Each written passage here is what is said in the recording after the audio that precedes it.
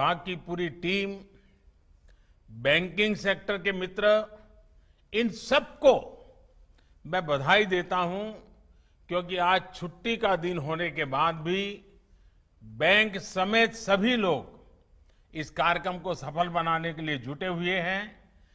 और मुझे खुशी है कि कृषि मंत्रालय ने आज का रविवार होने के बाद भी जो दिवस पसंद किया है, और उसका कारण बहुत महत्वपूर्ण है, बहुत बड़ा प्रेरक है।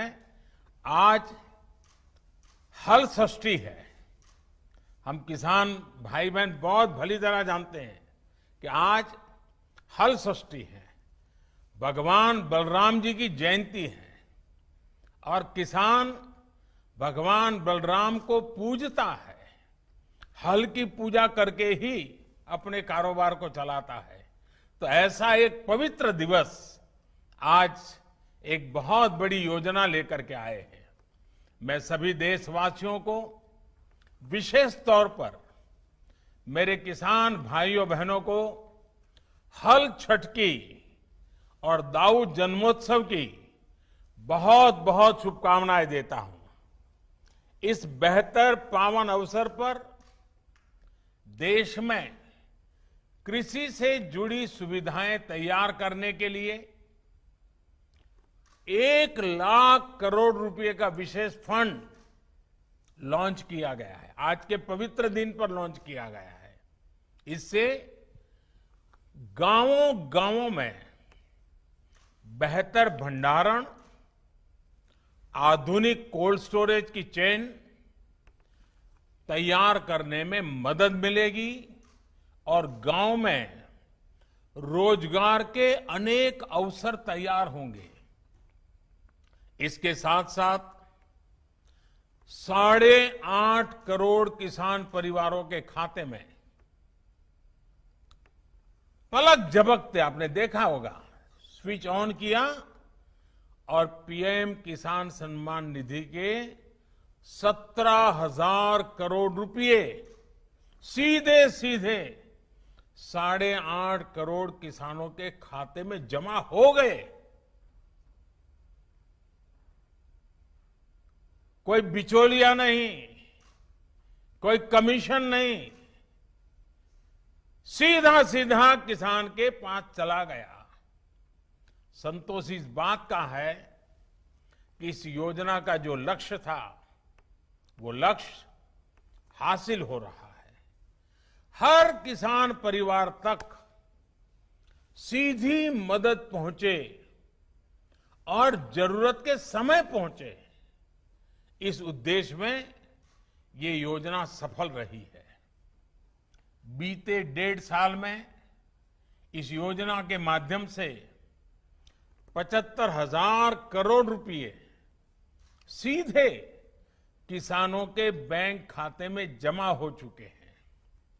इसमें से 22,000 करोड़ रुपए था कोरोना के कारण लगे लॉकडाउन के दौरान किसानों तक पहुंचाए गए हैं।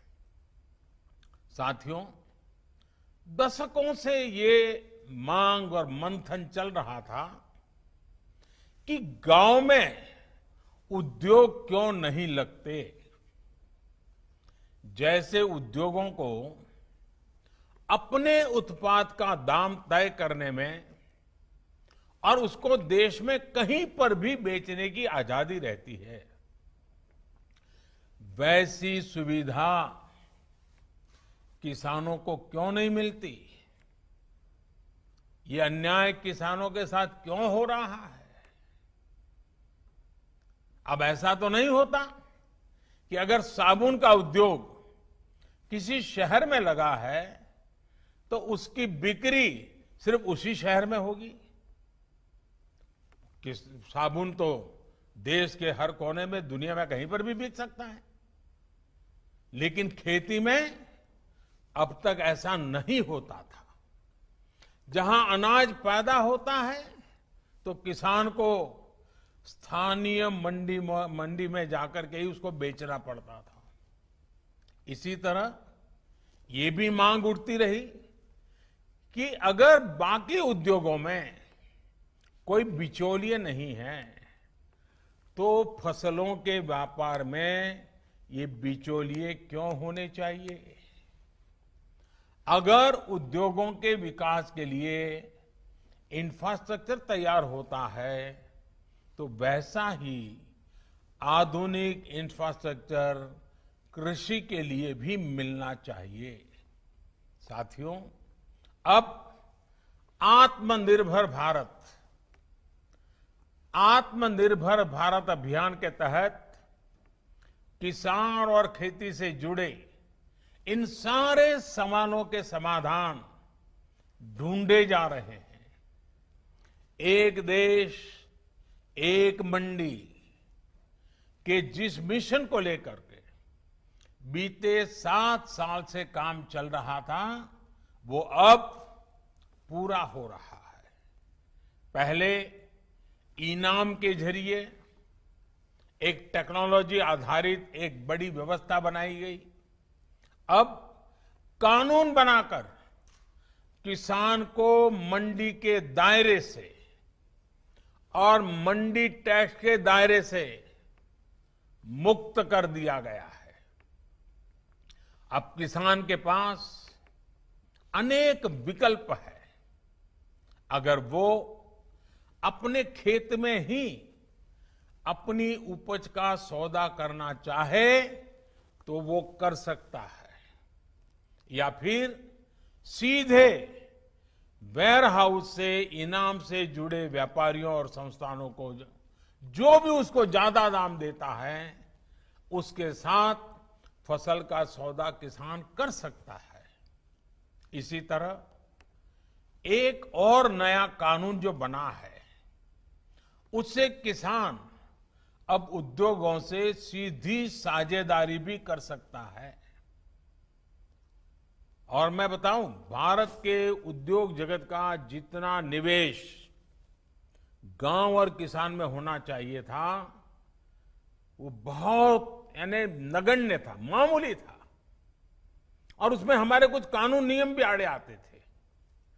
अब देखिए, जैसे आलू का किसान चिप्स बनाने वालों से फल उत्पादक यानी बागवान जूस, मुरब्बा, चटनी, या कोई आयुर्वेदिक पौधे वाले किसान है तो फार्मेसी को, जैसे उत्पाद बनाने वाले जो उद्योग हैं उनके साथ वो पार्टनरशिप कर सकता है। इससे किसान को फसल की बुआई के समय तय दाम मिलेंगे, जिससे उसको कीमतों में होने वाली गिरावट से राहत मिल जाएगी। साथियों, हमारी खेती में पैदावार समस्या नहीं है, बल्कि पैदावार के बाद होने वाली उपज की बर्बादी ये बहुत बड़ी समस्या रही है। इससे किसान को भी नुकसान होता है और देश को भी बहुत नुकसान होता है। इसी से निपटने के लिए एक तरफ कानूनी अड़चनों को दूर किया जा रहा है और दूसरी तरफ किसानों को सीधी मदद दी जा रही है। अब जैसे आवश्यक वस्तुओं से जुड़ा एक कानून हमारे देश में बना था और कई दशकों पहले बना था, लेकिन वो क्यों बना था? क्योंकि उस समय देश में अन्न की कमी थी, भारी कमी थी, और इसलिए उस कानून की जरूरत थी। लेकिन आज तो अन्न के भंडार इतने भरे पड़े हैं कि इस प्रकार की रोक किसान का भी, अर्थव्यवस्था का भी और कंज्यूमर का भी नुकसान होता है। लेकिन बड़ा हैरानगी है कि ये कानून अभी भी चलता रहा। जब हम दुनिया के दूसरे बड़े अन्न उत्पादक बन चुके हैं, तब इस कानून की कोई जरूरत नहीं है। गांव में अगर अच्छे गोदाम नहीं बन पाए, कृषि आधारित उद्योगों को अगर प्रोत्साहन नहीं मिल पाया, तो उसका एक बड़ा कारण ये कानून स्वयं में एक बहुत बड़ा रुकावट था। और इस कानून में ये भी एक दुर्भाग्य रहा कि इस कानून का उपयोग से ज्यादा बाबुओं ने उसका दुरुपयोग किया। इससे देश के व्यापारियों को, निवेशकों को, उनको डराने का काम ज्यादा हुआ। अब इस डर के तंत्र से भी कृषि से जुड़े व्यापार को मुक्त कर दिया गया है। इसके बाद अब व्यापारी, कारोबारी गांवों में स्टोरेज बनाने में और दूसरी व्यवस्थाएं तैयार करने के लिए आगे आ सकते हैं। साथियों, आज जो एग्रीकल्चर इंफ्रास्ट्रक्चर फंड लॉन्च किया गया है, इससे किसान अपने स्तर पर भी गांवों में भंडारण की आधुनिक सुविधाएं बना पाएंगे। इस योजना से गांव में किसानों के समूहों को, किसान समितियों को, एफपीओ उनको वेयर हाउस बनाने के लिए, कोल्ड स्टोरेज बनाने के लिए, फूड प्रोसेसिंग के जुड़े उद्योग लगाने के लिए 1 लाख करोड़ रुपए की मदद मिलेगी। 1 लाख करोड़ रुपया इस काम को गति देने के लिए बहुत बड़ी ताकत है। ये जो धन किसानों को उद्यमी बनाने के लिए उपलब्ध कराया जाएगा और उस पर 3% ब्याज की छूट भी मिलेगी। थोड़ी देर पहले ऐसे ही कुछ किसान संघों से मेरी चर्चा हुई अभी, जो सालों से इस किसानों की मदद कर रहे हैं, संगठन बना करके कुछ न कुछ नई नई कल्पनाएं के साथ आगे बढ़ रहे हैं। इस नए फंड से देश भर में ऐसा काम करने वाले संगठनों को बहुत बड़ी ताकत मिलेगी, बहुत बड़ी मदद मिलेगी। साथियों, इस आधुनिक इंफ्रास्ट्रक्चर से कृषि आधारित उद्योग लगाने में एक बहुत बड़ा बदलाव आएगा और बहुत बड़ी गति आएगी। आत्मनिर्भर भारत अभियान के तहत हर जिले में मशहूर उत्पादकों के साथ देश और दुनिया के मार्केट तक पहुंचाने के लिए एक बड़ी योजना बनाई गई है। इसके तहत देश के अलग अलग जिलों में गांव के पास ही कृषि उद्योगों के क्लस्टर बनाए जा रहे हैं। साथियों, अब हम उस स्थिति की तरफ बढ़ रहे हैं जहां गांव के कृषि उद्योगों से फूड आधारित उत्पाद शहर जाएंगे और शहरों से दूसरा औद्योगिक सामान बनकर गांव पहुंचेगा। यानी ये 2 वे चलेगा और यही तो आत्मनिर्भर भारत अभियान का संकल्प है और जिसके लिए हम सबको मिलकर के एक नए तरीके से, नई सोच के साथ, नए संकल्प के साथ काम करना है। अब सवाल ये उठता है कि जो कृषि आधारित उद्योग लगने वाले हैं, उनको कौन चलाएगा? इसमें भी ज्यादा हिस्सेदारी हमारे छोटे किसानों के बड़े बड़े समूह, जिनको हम एफपीओ कह रहे हैं या फिर हम उसको किसान उत्पादक संघ कह रहे हैं, इन्हीं के द्वारा होने वाली है। और इसके लिए बीते 7 साल से एफपीओ किसान उत्पादक समूह इसका एक बड़ा नेटवर्क बनाने का अभियान चलाया है। आने वाले सालों में ऐसे 10,000 नए एफपीओ किसान उत्पादक समूह पूरे देश में बने, इस पर सभी राज्यों के साथ मिलकर के काम को आगे बढ़ाने पर बल दिया जा रहा है। साथियों, एक तरफ एफपीओ के नेटवर्क पर काम चल रहा है, तो दूसरी तरफ खेती से जुड़े स्टार्टअप्स को प्रोत्साहित किया जा रहा है। अभी तक लगभग 350 कृषि स्टार्टअप्स को मदद दी जा रही है। ये startups food, particularly food processing से जुड़े हैं, artificial intelligence, internet of things, खेती से जुड़े स्मार्ट उपकरणों के निर्माण और रिन्यूएबल एनर्जी से जुड़े हैं। साथियों, किसानों से जुड़ी ये जितनी भी योजनाएं हैं, जितने भी रिफॉर्म्स हो रहे हैं, इनके केंद्र में हमारा छोटा किसान है और हमारे देश में सबसे ज्यादा संख्या छोटे किसानों की है।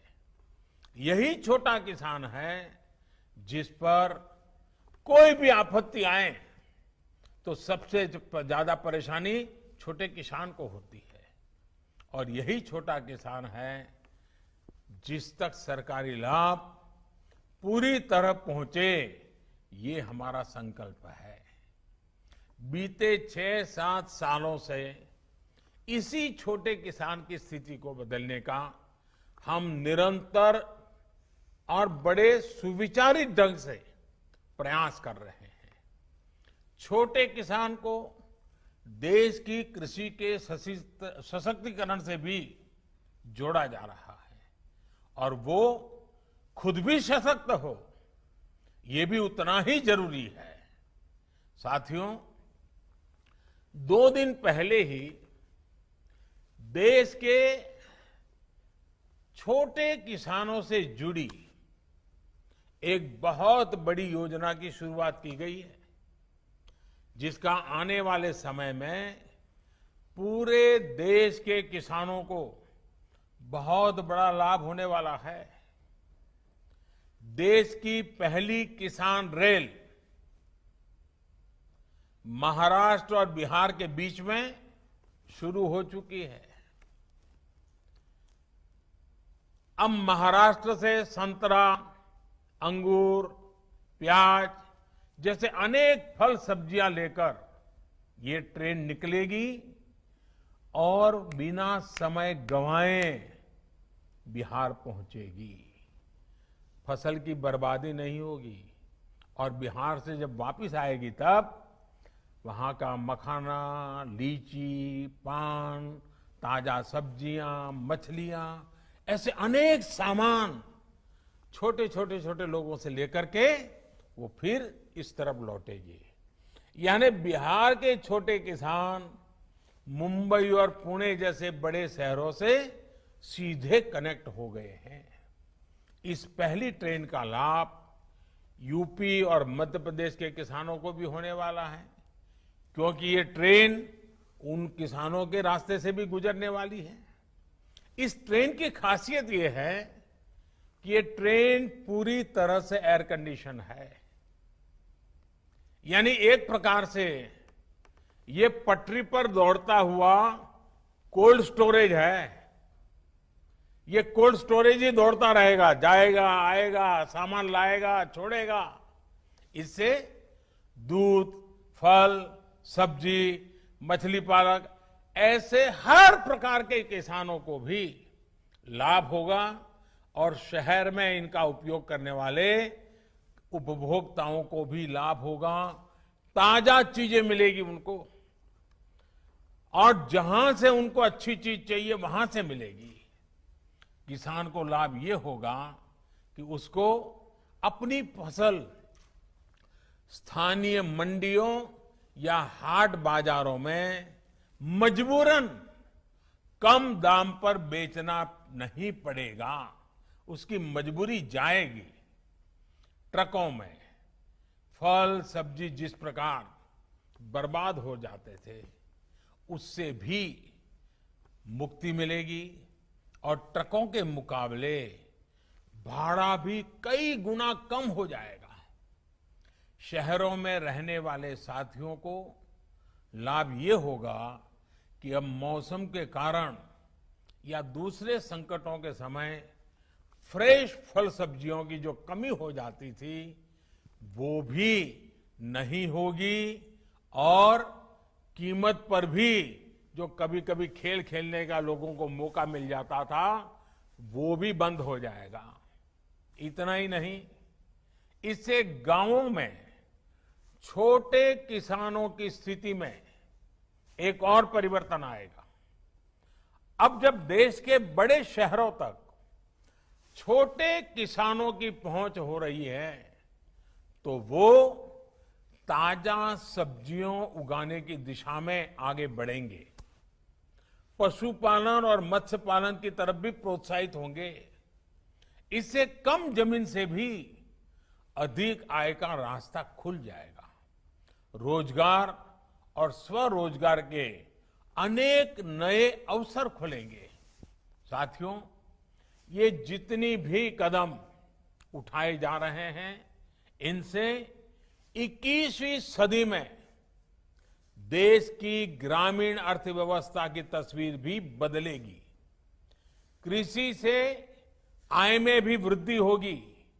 हाल में मिल गए जितने भी निर्णय लिए गए हैं, हर निर्णय आने वाले समय में गांव के नजदीक ही व्यापक रोजगार तैयार करने वाले अनेक अवसर इससे होने वाले हैं। गांव और किसान आपदा में भी देश को कैसे संबल दे सकता है, ये बीते 6 महीने से हम देख रहे हैं।